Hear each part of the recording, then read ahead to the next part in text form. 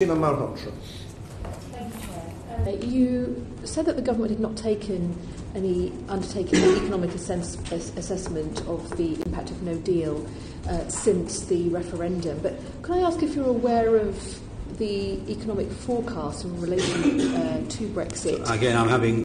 Are you aware of the economic forecasts in relation to Brexit as well in the OBR's document published this week? Well, the OBR makes this forecast, and there are some... but there are more than just Brexit involved in that, obviously. I mean, the growth pattern was higher for this year, as you will see. Then dips a little and then recovers again in 2021 to 2% again. So it's, but that's not just Brexit, that's many things. Yeah.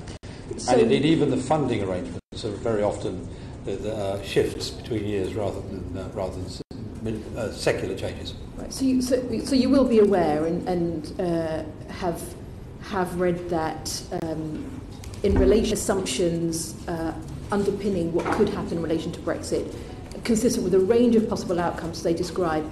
They say the negotiation of new trading arrangements with the EU and others slows the pace of import and export growth for the next 10 years. That's their assumption. Yeah. And do you agree with that assumption? They say they've calibrated this on the basis of a range of external studies of different trade regimes. Yeah. Well, they're just picking averages. Look, I said at the beginning that economic models are only as good as the assumptions put into them. They're also only as good as the mechanics within them. And you will have seen, I forgot which governor, one of the deputy governors, referred to modelling's Michael Fish moment. I do understand that, Secretary. It's quite a simple question. I don't worry myself about mathematical models that are very rarely accurate in the long run. So would you say that you think that their forecast based on external studies of different trade regimes and the assertion that this could slow the pace of import and export growth for the next 10 years, would you agree with that assumption being the best possible? They are required by law to do those forecasts. They're required, and they've taken the sort of outside views on it. I take the view that most of the forecasts made about Brexit have been, most, if not all. Sorry, Secretary. I'm answering your question. I'm answering your question, frankly, in the way I want to answer. Would you agree, or would you say you disagree with their forecast? I'm not going to sit here as a member of government and disagree with one or other forecast. I'm going to say to you, forecasts have their limits. That's the answer. Okay. Could I just ask one final small question then?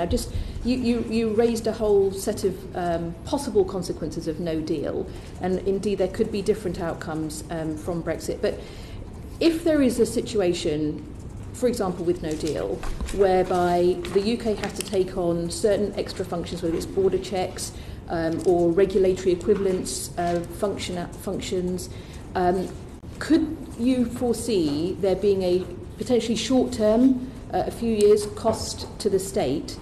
And would you see, have you undertaken any assessment at this stage of what those extra roles could be that we would have to take on?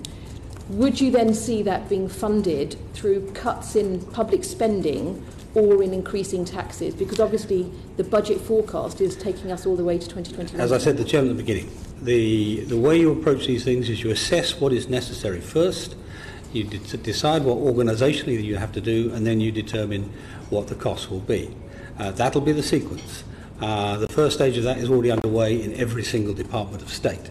The next phase, of course, will be costing and working out some of it, which we have to do anyway. Against that, you also have to work on the premise that there will be changes to the underlying economy. The point of the Brexit strategy is to make the most of those underlying changes. The free trade with the rest of the world, which is not assessed in OBR as far as I can see. And there will be benefits from that. So at the end of the day, we'll no doubt have an idea of what the benefits and costs and what the net position is. I suspect the net is going to be positive. Okay.